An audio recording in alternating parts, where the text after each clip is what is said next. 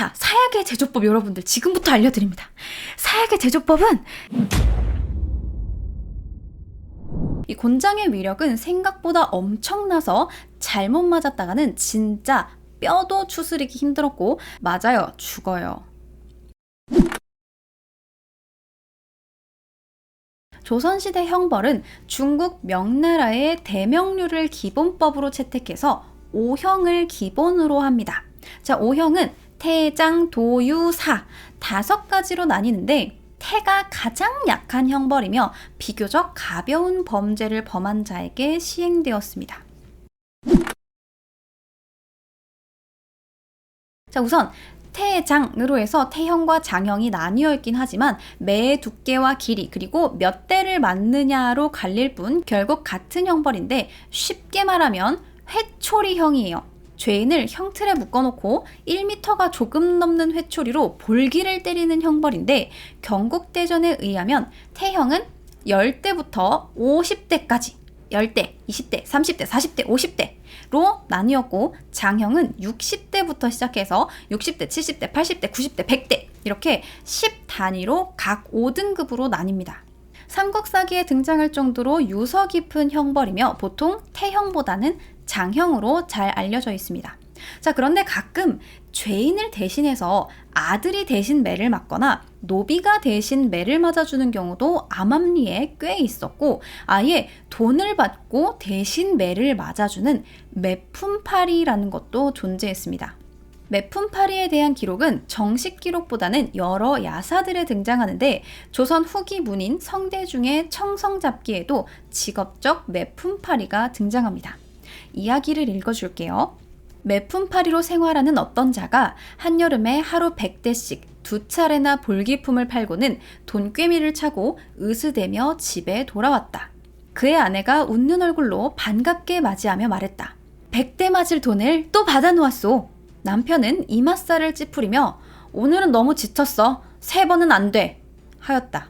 아내는 탄식하며 당신이 잠시만 힘들면 우리는 며칠을 배불리 먹으며 잘 지낼 수 있고, 게다가 이미 돈까지 받아놨는데 못 먹겠다고 하면 어떻게 합니까? 하고는 곧 주안상을 차려와서 남편에게 먹였다.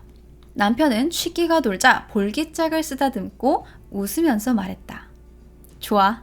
그리고는 형조에 가서 장을 맞다가 그만 죽고 말았다. 이 일이 있은 후 동네 사람들은 모두 욕심 많은 그의 아내를 미워하고 따돌리며 상대해주지 않았다. 그의 아내는 결국 길에서 빌어먹다 죽고 말았다.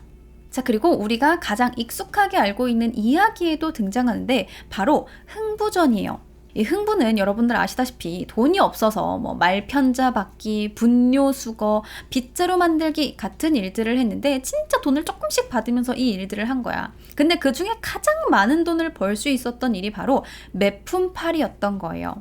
흥부전에서 이 부분을 짧게 읽어줄게요. 이때 본읍 김좌수가 흥부를 불러 하는 말이 돈 30냥을 줄 것이니 내 대신 감영에 가서 매를 맞고 오라. 흥부 생각하되 30냥을 받아 10냥어치 식량 사고, 단냥어치 반찬 사고, 단냥어치 나무 사고, 10냥이 남거든 매 맞고 와서 몸 줘서 팔이라. 자, 당시 일용 노동자의 하루 임금이 20푼 정도입니다. 자, 30냥이면 150일치 임금에 해당합니다. 매 한 번 맞고 약 5개월쯤 먹고 살 돈 버는 거면 괜찮지 않나 싶겠지만, 자, 당시 최대 장형인 100대 선고받았다라고 해도 사실 이 속전이라고 해서 돈을 내면 이걸 까줘요. 장형 100대에 7냥만 내면 돼요. 7냥만 내면 장형을 맞지 않아도 돼요. 그러니까 7냥이면 될걸 굳이 30냥까지 줘가면서 매품팔이를 고용할 이유가 없다는 거죠. 흥부전은 조금 많이 과장이 섞인 걸로 구전되는 이야기니까 이게 정확하게 사실관계 고증을 통해서 팩트만 따져보자 이렇게 하면 안 된다는 거. 하지만 흥부도 매품팔이를 했다. 자, 게다가 슬픈 이야기지만 이렇게 매품팔이들이 매 맞아가면서 번 돈을 다 갖는 것도 아니에요. 이 앞서 나온 청성잡기에는 매품팔이가 형리에게 줄 돈을 아끼다가 더욱 호되게 곤장을 맞고 죽을 고비를 넘겼다라는 이야기도 나옵니다. 장형은 사실 몇 대를 치는가도 중요했지만 매질의 강도도 문제였어요. 일례로 가장 가벼운 형벌인 태형이라 하더라도 이 죄인의 몸 상태와 매질을 하는 아전인 집장사령이 누구인지에 따라서 큰 후유증을 가져오기도 했습니다. 장형을 치는 횟수는 정해져 있지만 횟수가 정해져 있을 뿐 이렇게 휙휙휙휙 해가지고 60대 맞는지 이렇게 해가지고 30대를 맞는지는 좀 다르겠죠?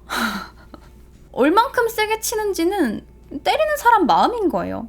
그래서 형리에게 뇌물을 주고 살살 치게 했다라는 이야기가 굉장히 많습니다. 자, 그러니까 멀쩡하게 두 다리로 걸어서 형장을 빠져나가고 싶다면 곤장 치는 형리와 돈을 나눠야겠죠. 그것도 심지어 내가 잘못한 거 아니고 남이 잘못한 거에 내가 맞는 거면, 앞으로 내가 직업적으로 매를 맞고 다녀야 되는 거면 조금 살살 맞는 게 내가 한 탕 뛸 거 한 3탕 뛸 수 있는 그런 게 되겠죠.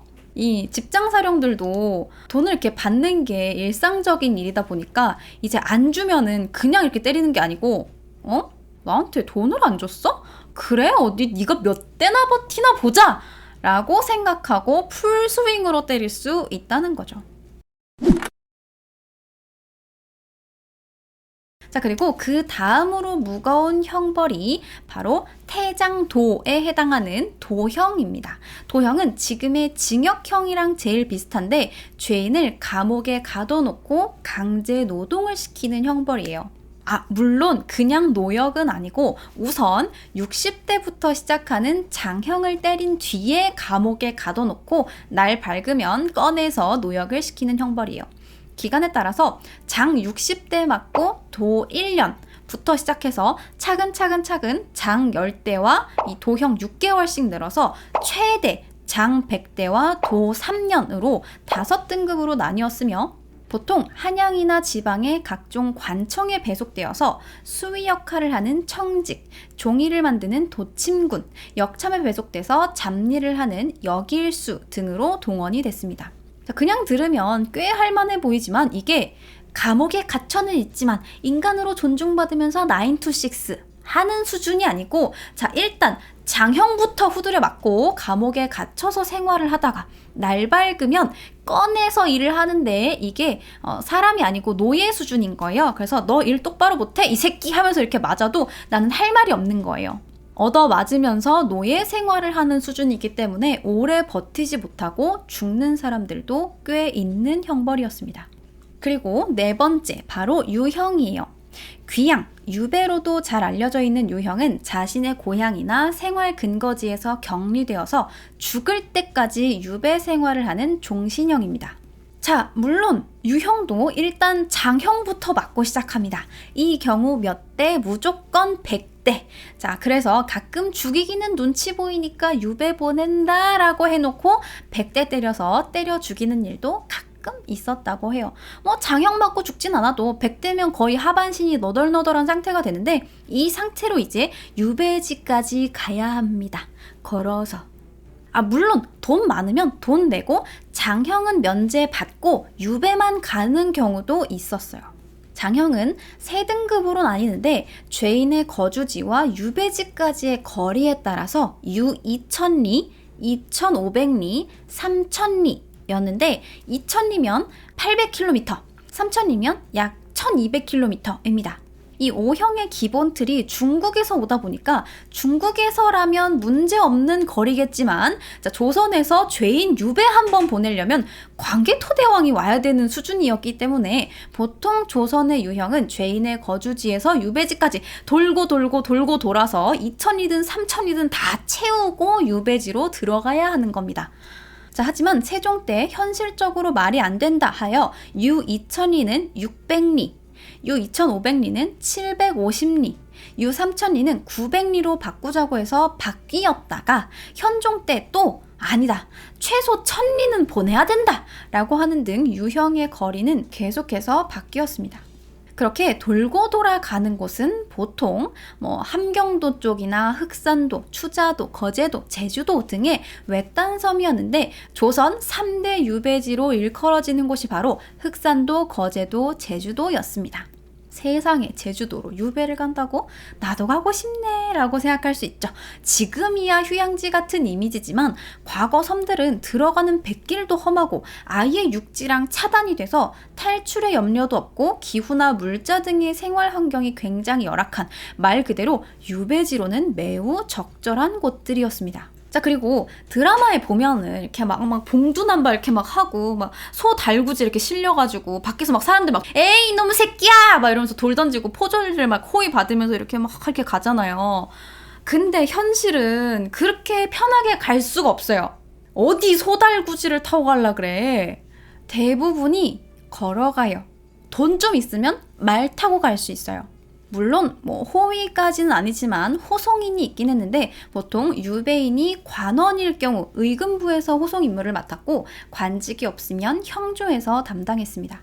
자, 그리고 유배지까지의 기본 거리 자체가 굉장히 먼데 중요한 건 이게 우리 지금 놀러 가는 게 아니잖아요. 정해진 기한 안에 도착해야 돼요. 요 3,000리 받았는데 내가 가는 날짜가 정해져 있어. 그래서 정해진 기한 안에 가야 하기 때문에 적어도 평균 하루에 80에서 90리 정도는 가야 돼요. 이대로라면 하루에 약 30km 정도는 걸어가야 한다는 이야기예요.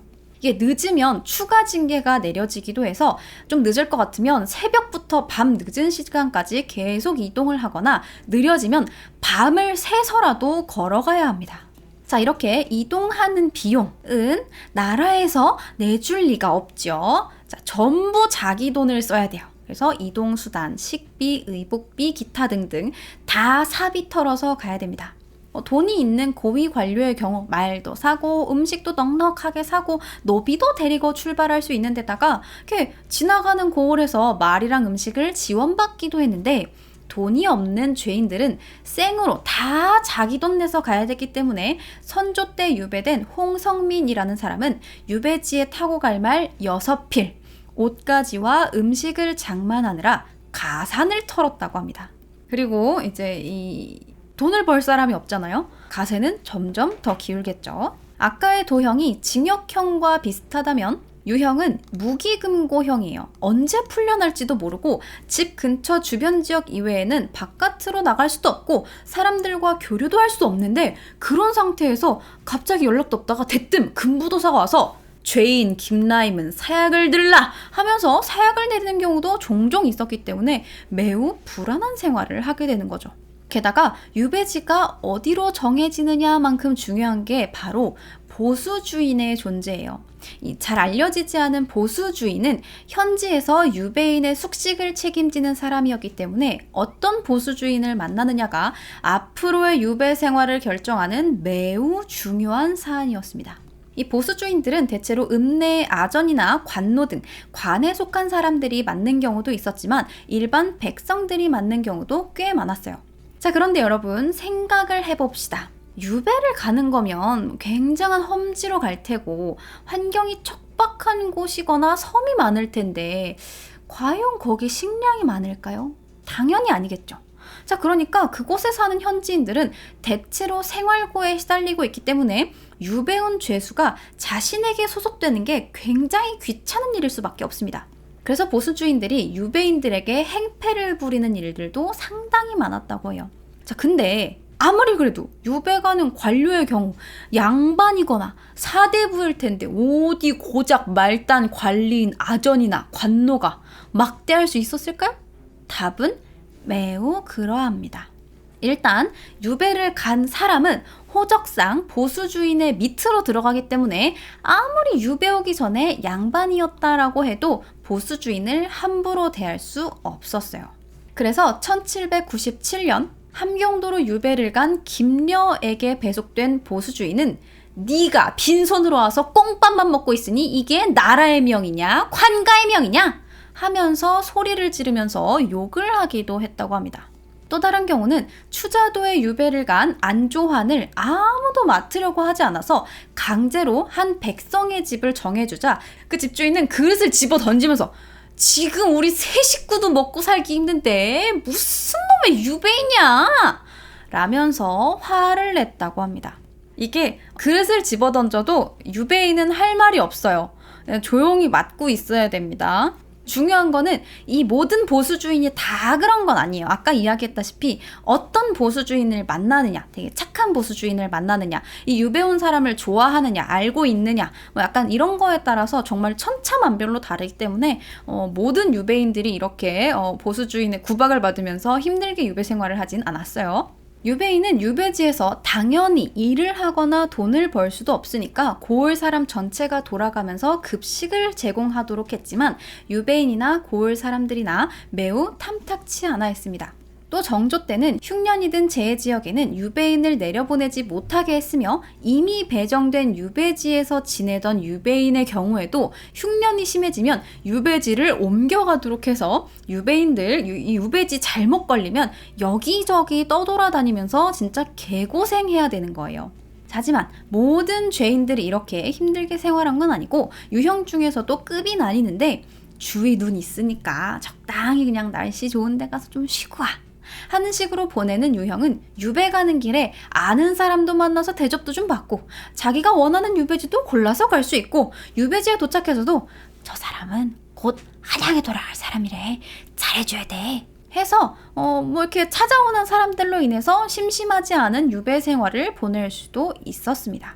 자, 그런데 한편 왕에게 진짜 제대로 찍힌 중죄인들에게는 위리안치형이라는 걸 내렸는데 위리안치는 무조건 유배지에 혼자 가야 돼요.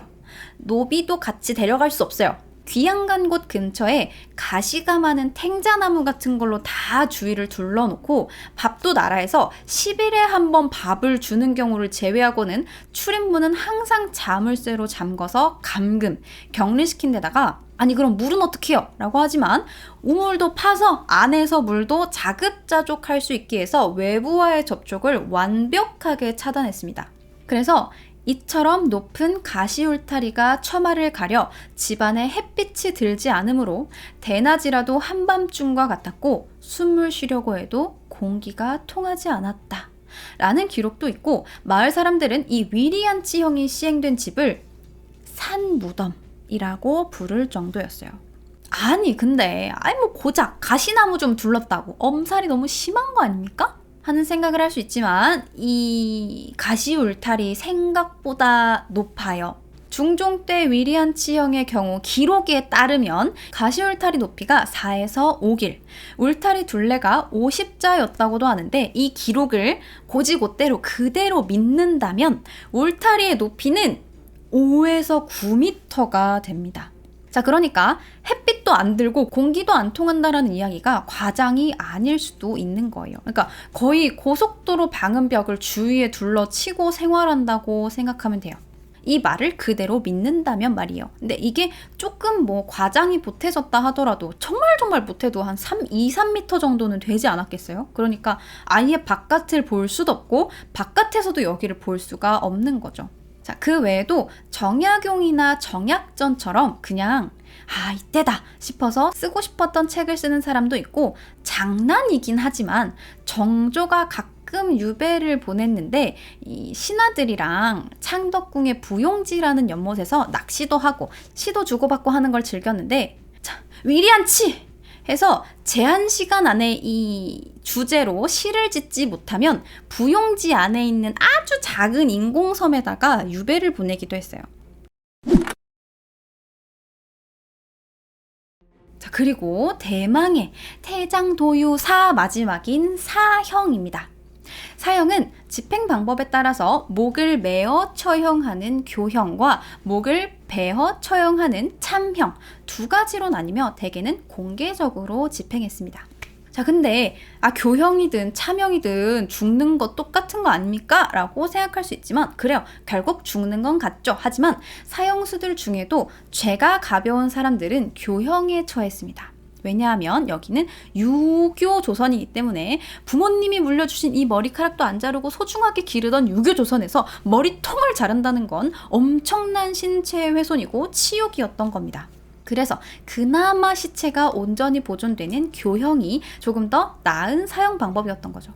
중국의 경우는 사형수를 기둥에 묶고 술에 적신 손수건을 머리에 씌운 다음에 밧줄을 목에 걸고 양쪽에서 사람이 줄을 꼬아서 목을 졸라 죽였다라고 하지만 조선에서는 단순하게 그냥 목을 매달아서 처형했다고 합니다. 일반적인 사형의 방법은 이 두 가지이고 조금 독특한 사형 방법들이 있는데 첫 번째는 교형, 참형과 함께 법전에 기록이 되어 있는 능지처사형이에요. 이 많은 사람들이 능지처사형을 좀 헷갈려 하는데 능지처사에서 능지는 원래 산이나 구릉의 완만한 경사를 말하는데 따라서 능지처사는 가능한 느린 속도로 천천히 고통을 극대화하며 사형에 처한다 라는 뜻입니다. 실제로 중국에서 신체 절단형인 능지처사는 천천히 칼로 한 점 한 점 몸을 베어내고 거의 다 베어냈을 때 배를 가르고 목을 자릅니다. 자, 보통 능지처참이라고 많이들 하지만 법전에는 능지처사라고 나오기 때문에 능지처사형이 정확한 표현이에요. 죄인의 신체 여기저기를 절단해서 죽이는 극형 중 하나인 능지처사는 대략 10세기 중국 요왕조 때부터 시작되었다라고 하는데 보통 반역죄인이나 부모를 살해한 폐륜화 등을 처단하는 형벌이었습니다. 죄인에게는 능지처사형 몇 도에 처한다 라는 식으로 처벌이 내려졌는데 이 도자는 칼 도자를 의미합니다. 그러니까 죄인 이 누구누구는 능지처사형 120도에 처한다. 그러면 칼로 120번 살을 포떠야 하는 겁니다. 보통 원나라 때는 120회가 평균이었으나 명나라 때는 유근이라는 환관이 반역을 꾸몄다라고 하여 3357도, 즉 3357회의 절개를 집행하라는 명령이 내려졌었습니다. 당시 형 집행은 이틀에 걸쳐서 진행이 됐는데 처음 하루에는 엄지, 손등, 흉부의 좌우를 357회 칼질로 얇게 베어냈는데 형을 집행한 자가 10회마다 쉬었고 중간중간 기절한 죄수를 깨웠다고 합니다. 저녁에는 감옥에 잠깐 가두어서 죽을 먹인 다음에 다음 날 다시 꺼내서 칼질을 하기 시작했는데 수십 번의 절개를 더 받던 중 유근의 숨이 끊어졌다고 합니다. 이때 잘게 썰린 죄인의 살점은 부스럼을 치료하는 약의 재료로 군중들에게 팔리기도 했습니다. 이후 청나라에 들어서는 나름대로 규정이 만들어져서 8회, 24회, 36회, 72회, 120회로 정해졌는데 흥미로운 건 능지처사의 칼질은 공통적으로 두 눈꺼풀에서부터 시작한다는 거예요. 이는 눈꺼풀을 얇게 점여서 눈을 가림으로써 능지처사를 당하는 죄수가 앞을 보지 못하게 하기 위함이에요. 종종 능지처사형을 받은 죄인의 가족들이 형을 집행하는 사람들에게 뇌물을 주기도 했는데 그럴 경우에는 한 번에 심장을 찔러서 죽인 다음에 그 다음에 신체를 풀어 헤쳤다고 합니다. 자, 한편 조선에서는 반역자는 물론이고 살인을 저지른 폐륜화, 흉악범들을 능지처사로 처벌하는 게 원칙이었는데 여기서 중요한 점은 조선의 능지처사형은 중국과는 달리 수레에 죄인의 팔다리와 목을 매달아서 수레를 끌어 찢어 죽이는 거열로 대신했다는 점이에요. 거열은 환형, 환렬이라고도 하는데 죄인의 사지를 찢어 죽이는 걸 말합니다. 대개 죄인의 목과 팔다리를 각각 5수레에 매달아서 갈기갈기 찢었어요. 근데 조선에서 능지처사형을 왜 거열형으로 대신했는지는 분명하지 않아요. 여기서 유교 조선이라고 부모님이 주신 신체 어쩌고저쩌고 할 거면 사실 팔다리도 자르면 안 되는 거죠. 자, 하지만 거열형의 역사는 고려시대에서도 발견되고 있고 태종 7년 충청도에 사는 한 여인이 이웃 남자와 짜고 남편을 살해해 시신을 유기한 사건이 있었는데 이 사건의 주모자에게 능지처사형이 내려져 당시 황희가 태종에게 이전부터 능지처사는 거열로 대신했다라는 사실을 아뢰었고 죄인은 저작거리에서 거열되었다라고 합니다. 이후에도 능지처사에 해당하는 죄인을 거열했다라는 기사는 세조와 성종 때에도 발견되는 것으로 보아 조선에서 능지처사형은 곧 거열형이에요. 그러나 이것도 시간이 지나면서 변형이 됐는데 19세기 프랑스 성직자의 기록을 보면 머리가 몸뚱이에서 떨어진 뒤에 사지를 자른다. 머리와 몸뚱이가 합하여 6토막이 된다. 옛날에는 팔다리를 잘라내는데 도끼나 칼을 쓰지 않고 팔다리를 소 4마리에 잡아매고 소들이 사방으로 달려가도록 채찍질하여 목 잘린 사람의 사지를 찢었다라고 되어 있습니다. 자, 그러니까 조선에서의 능지처사는 참수를 먼저 한 뒤에 사지를 절단했고, 과거에는 소를 이용했으나 나중에는 도끼나 칼을 사용했다라는 걸 알 수 있습니다. 자, 이렇게 공개적으로 잔인하게 찢어 죽이는 방식의 거열형의 반대는 아무래도 비공개적으로 시체를 온전히 보존할 수 있는 사사형일 겁니다. 보통 사극에 나오는 그 막 이렇게 사역 딱 받고 막 먹고 마시면서 이렇게 전하! 이러면서 막 피 막 뚝뚝뚝 흘리면서 죽는 그 사형 방식이 바로 사사입니다. 죽을 사자를 써서 죽는 약인 사약이 아니고 줄 사자를 써서 왕이 은혜를 베풀어서 하사해 주시는 약이라고 해서 사약이고, 그래서 죽음을 하사한다라는 의미로 사사라고 부릅니다. 큰 죄를 지어서 죽어야 할 죄인이라도 왕실의 가족이거나 높은 관리일 경우 최대한의 예우를 갖춰줬는데, 이때 사용한 것이 바로 사약이었던 거죠.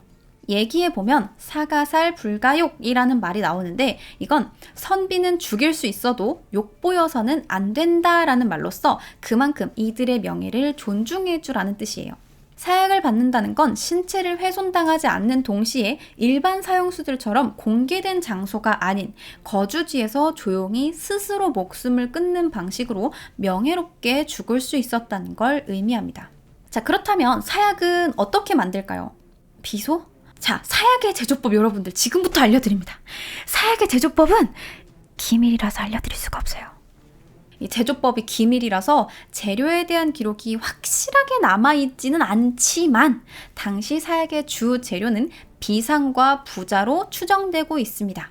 비상은 비소를 가공해서 만들었기 때문에 독성이 매우 강했는데, 비상을 만드는 동안 그 연기에 노출된 초목은 죽어버릴 정도고, 비상을 만드는 사람도 2년 이상 일을 하게 되면 수염이나 머리카락이 다 빠져버린다고 합니다.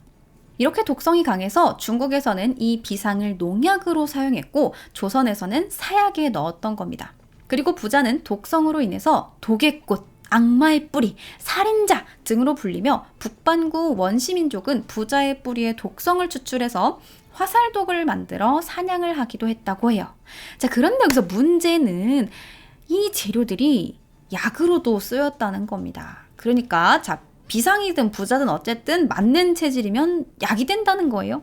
그래서 이 사약을 가져갈 때는 이 사람이 무조건 죽는다는 보장이 없어요. 자, 그러니까 사약 1인분만 딱 가져가면 약을 가져가는 금부도사만 개고생을 해야 된다는 겁니다. 약 한 사발만 가져갔는데 이 사람이 먹고 좋다 하면은 금부도사는 잠시만 기다리고 계세요. 제가 가서 다시 사약을 가져올게요 해가지고 다시 또 가가지고 사약을 가져와서 갖다 바쳐야 되는 겁니다. 그래서 넉넉하게 리필용을 꽤 많이 가져갔고, 사약을 마신 후에는 온돌방에 불을 떼서 몸을 따숩게 해 약효가 잘 돌게 만들었는데, 그래도 효과가 없으면 활줄로 목을 메어서 죽였습니다.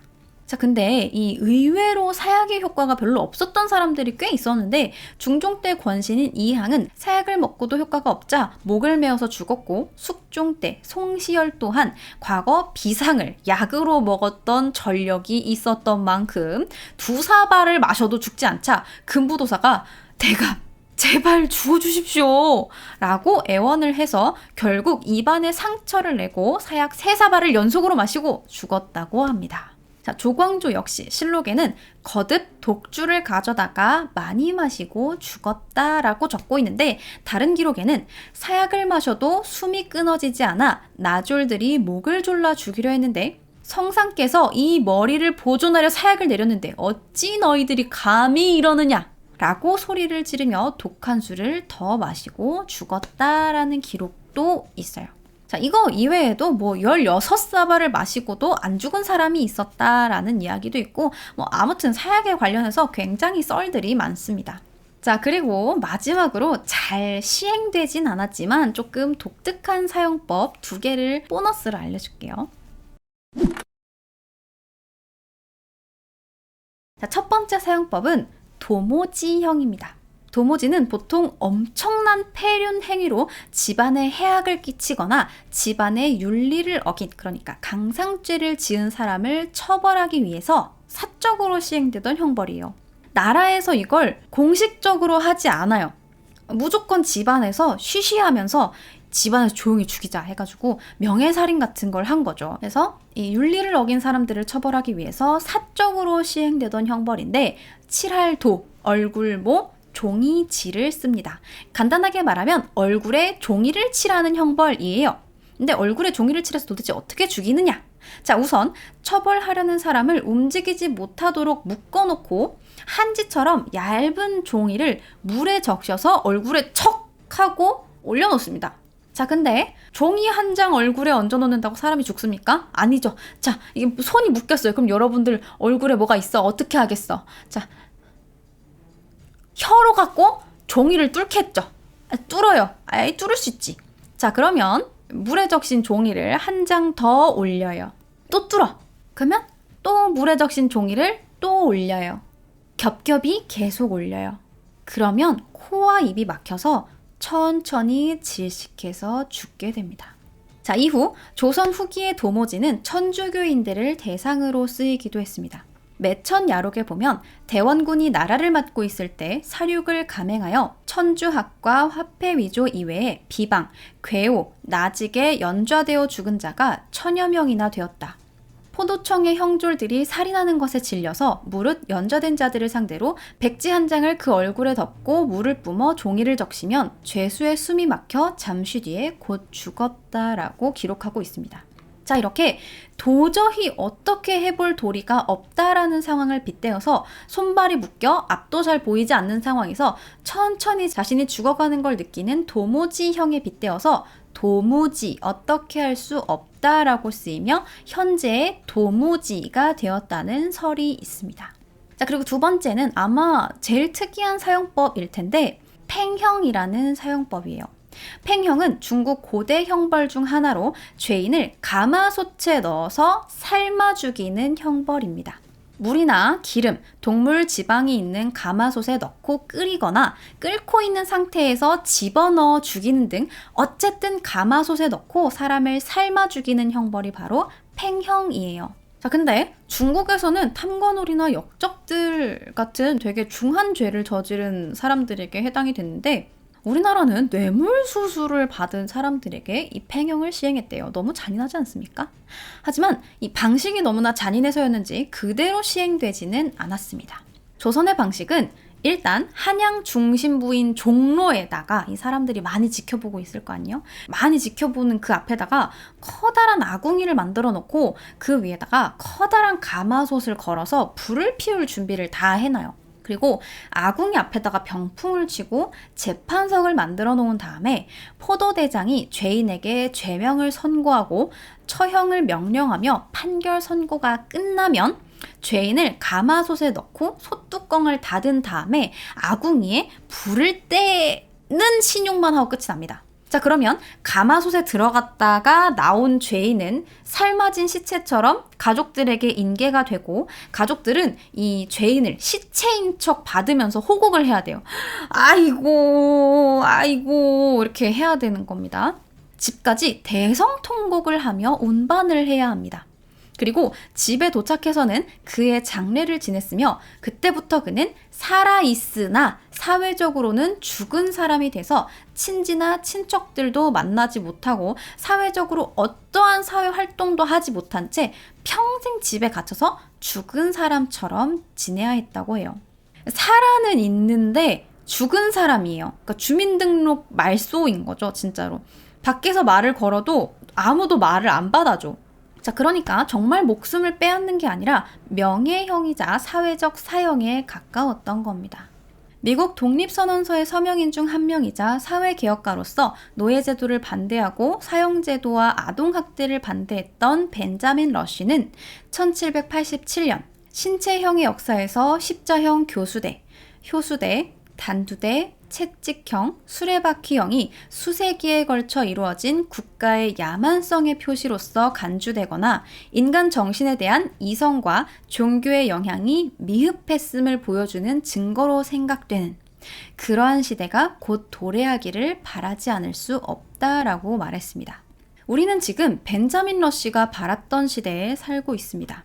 모든 국민은 고문받지 않을 기본권을 헌법에서 보장받고 있고 고문이나 기타 방법에 의해 자백한 경우 그 자백의 증거 능력은 사라집니다. 자, 여러분들이 지금 당연하게 누리고 있는 이 기본권이 시행될 때까지 이렇게 될 때까지 과거에 어떤 과정을 거쳐왔는지 알면 좋지 않을까 해서 오늘 컨텐츠를 준비해봤어요. 자, 그럼 오늘 컨텐츠는 여기까지.